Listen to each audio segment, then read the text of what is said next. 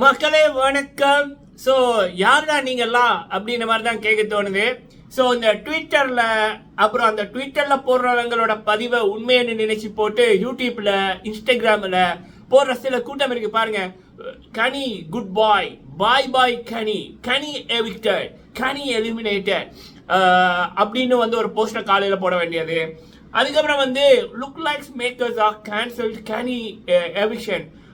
என்ன இது அநியாயம் நடக்குது, கனிக்கு ஃபேவரட்டா நடக்குது, யாருடா நீங்களாம் ஸோ அப்படின்ற மாதிரி தான் இருக்கு. அதாவது பிக் பாஸ் டீம் வந்து இவங்களுக்கு கால் பண்ணி நாங்கள் வந்து இதுதான் கனி வந்து கடைசியில் இருக்காங்க, கனியை நாங்கள் எவிட் பண்ண போகிறோம், எவிட் பண்ணலாமா வேணாமா, எவிட் பண்ணுங்க, சரி அதை நீங்கள் பதிவு போட்டுறீங்களா, எங்களுக்கு பெரிய ப்ரொமோஷன் இருக்கும், சரி போட்டுறேன் அப்படின்னு பிக் பாஸ் டீம் வந்து இவங்களுக்கு கால் பண்ணி சொல்கிறாங்களா, இவங்க போடுறாங்களா. சரி இவங்களுக்கு வந்து எப்படி இந்த 9,000 ஃபாலோவர்ஸ் ட்விட்டரில், 10,000, 12,000, 50,000 ஃபாலோவர்ஸ் அப்படின்னா இந்த பிக் பாஸோட காட்சிகள் அதை வந்து டவுன்லோட் பண்ணி ட்விட்டரில் போட்டுட்டு இதை பாருங்க மறக்காம ஃபாலோ பண்ணிடுங்க, ஐயா மறக்காம பிச்சை போட்டுருங்க, ஐயா மறக்காம பிச்சை போட்டுருங்க.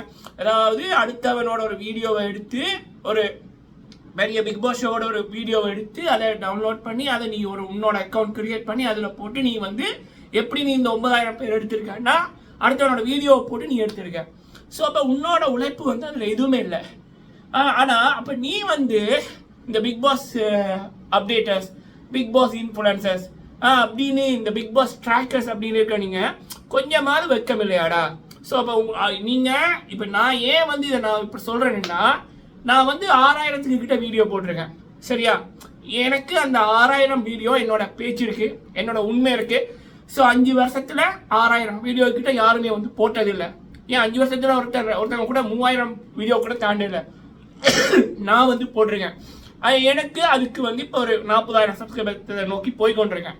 என்னோட அடுத்த சேனலில் 20,000 சப்ஸ்கிரைபர் கிட்ட இருக்குது, இன்னொரு சேனலில் 1,500 சப்ஸ்கிரைபர் கிட்ட இருக்குது. ஸோ இதில் என்ன, நான் வேணும்னா இப்போ பார்வதிக்கு சில பேர் சப்போர்ட் பண்ணுறாங்கல்ல, அப்படின்ற மாதிரி ஒவ்வொரு சீசனுமே இந்த வெளியே பிஆரை வச்சுட்டு வந்தவங்க, பெயிட் போர்ட்ஸை வச்சுட்டு வந்தவங்க அவங்களுக்கு சப்போர்ட் பண்ணியிருந்தா இப்போ என்னுடைய சப்ஸ்கிரைபர்ஸோட எண்ணிக்கை எங்கே இருக்குன்னா கண்டிப்பாக 1.5 லட்சம் 2 லட்சத்துக்கிட்டே இருக்கும், இல்லை அட்லீஸ்ட் ஒரு 80,000 1 லட்சத்துக்கிட்டே இருக்கும். ஆனால் நான் உண்மையின் பக்கம் தான் நின்னேன் சரியா. எனக்கு இங்கே ஆரம்பிக்கிறது நடுவில் போகிறது முக்கியம் இல்லை, அதில் எண்டிங் சுபமாக இருக்கணும். நான் 5 வருஷத்தை நான் ரிவ்யூ பண்ணதில் நான் யாருக்கு சப்போர்ட் பண்ணேன், 7 season BB ultimate, Telugu Big Boss உட்பட நான் யாருக்கு சப்போர்ட் பண்ணணும் அவங்க தான் 100% வெற்றி பெற்றிருக்காங்க. அப்போ நான் வந்து எனக்கு வருமானம் வரணும், எனக்கு வந்து சப்ஸ்கிரைபர்ஸ் ஏறணும், அதன் மூலம் எனக்கு ஒரு அதாவது இன்னொருத்த பெட்ரூமை வீடியோ எடுத்து போட்டுட்டு காசு உழைக்கிற மாதிரி அப்படித்தான் பல ரிவ்யூஸ் பண்ணி கொண்டிருக்காங்க. ஒரு தகுதியே இல்லாததுக்கு சப்போர்ட் பண்ணி அவங்க சப்ஸ்கிரைபர்ஸ் எடுத்தா தெரியும், அவங்களுக்கு தெரியும் அதெல்லாம் டைட்டில் அடிக்காதுன்னு.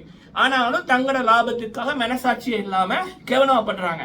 ஆனா எனக்கு பிறப்புல வளர்ப்புல அந்த நல்ல ஒழுக்கம் அதெல்லாம் நான் அப்படி வந்தேனா, அதெல்லாம் எனக்கு மனசாட்சி இடம் கொடுக்குது இல்லை சரியா. இப்போ எனக்கும் இப்போ வருமானம் வேணும் அப்படின்னு எனக்கு இருக்கு, ஆனால் நான் உண்மைப்படி நான் அதை செய்கிறேன். எனக்கு சுகமாக இல்லாமல் இருந்தாலும் ஏழாமல் இருந்தாலும் என்னோட நேர்மை தவறக்கூடாதுன்னு நான் இருக்கேன் சரியா. ஒரு 10 பேர் பார்த்தாலும் 1000 பேர் பார்த்தாலும் அப்போ நம்மளை மதிச்சு பார்க்குறவங்களுக்கு என்னோட நாக்கில் இருந்து உண்மை போகணும், 1 ரூபா உழைச்சாலும் எனக்கு அது உண்மையாக இருக்கணும்ன்றதான் என்னுடைய இது. அதுக்கு எனக்கு இப்போ பலன் கிடைக்காது, ஃபியூச்சரில் எனக்கு கிடைக்கும். அப்படி கிடைச்சிருக்கு சரியா. பிக் பாஸ் டைம் கிடைக்காது, எனக்கு வேற ஒரு இதில் கடவுள் வந்திருக்காரு, அது எனக்கு போதும். அதுக்காக பொய்ய சொல்லி பொய் அப்டேட் கொடுத்து தகுதி இல்லாத நபர் இந்த சீசன்ல விஜய் பார்வதிக்கெல்லாம் ஒருத்தன் சப்போர்ட் பண்றான்னா அவன் மனுஷனா? சத்தியமா மனுஷனா? இப்ப மேக்கர்ஸ் விஜய் சேதுபதி என்ன பண்றது வேற, அவங்க ஷோவை மெருகேற்றதுக்காக பண்ணுவாங்க. பட் நம்ம ரிவ்யூ அப்படின்னு இவ்வளவு மனசாட்சி படி பண்ணணுமா இல்லையா? அப்ப நான் அதை வந்து பண்றேன். ஆனா இந்த ட்விட்டர்ல இருக்கிறவங்க இவனுங்க என்ன இதுல இவனுங்க ஒருத்தன்ற மாதிரி கனி எவிக்டட், அப்புறம் அரோரா எவிக்டட், பாய் பாய் ஒருத்தன் இன்னொருத்தன் இருக்கான், ஒரு நாளைக்கு 6 பேர் எவிக்ட் பண்ணுவான், எவிக்டட் அப்படின்னு. ஸோ இதெல்லாமே வேற மாதிரி இருக்கு மக்களே. அடுத்தவன் பெட்ரூம் எடுத்து போட்டு வீடியோ எடுத்து போட்டுட்டு அதை வச்சு உழைக்கிற மாதிரி கிடக்கு சரியா. ஸோ அதைத்தான் பிக் பாஸ் ரிவ்யூன்ற பேர்ல சோசியல் மீடியாவில் பல பேர் கேவலமா பண்றாங்க, இந்த தொழிலை நாரடிச்சு கொண்டிருக்காங்க. I always respected one and only Big Boss reviewer Ravindar Chandrasekaran sir அவர்கள். அந்த மனுஷன்கிட்ட இந்த கதையெல்லாம் இல்லை. அந்த அவரை பார்த்துட்டு தான் நான் கவினண்ணாக்கு அவர் சப்போர்ட் பண்ணிக்கணும். நான் அந்த மனுஷனை பார்த்துட்டு தான் நம்மளும் ஒரு இதுக்குள்ளே வரணும்னு நமக்கு ஒரு அடிக்ட் ஆச்சு சரியா?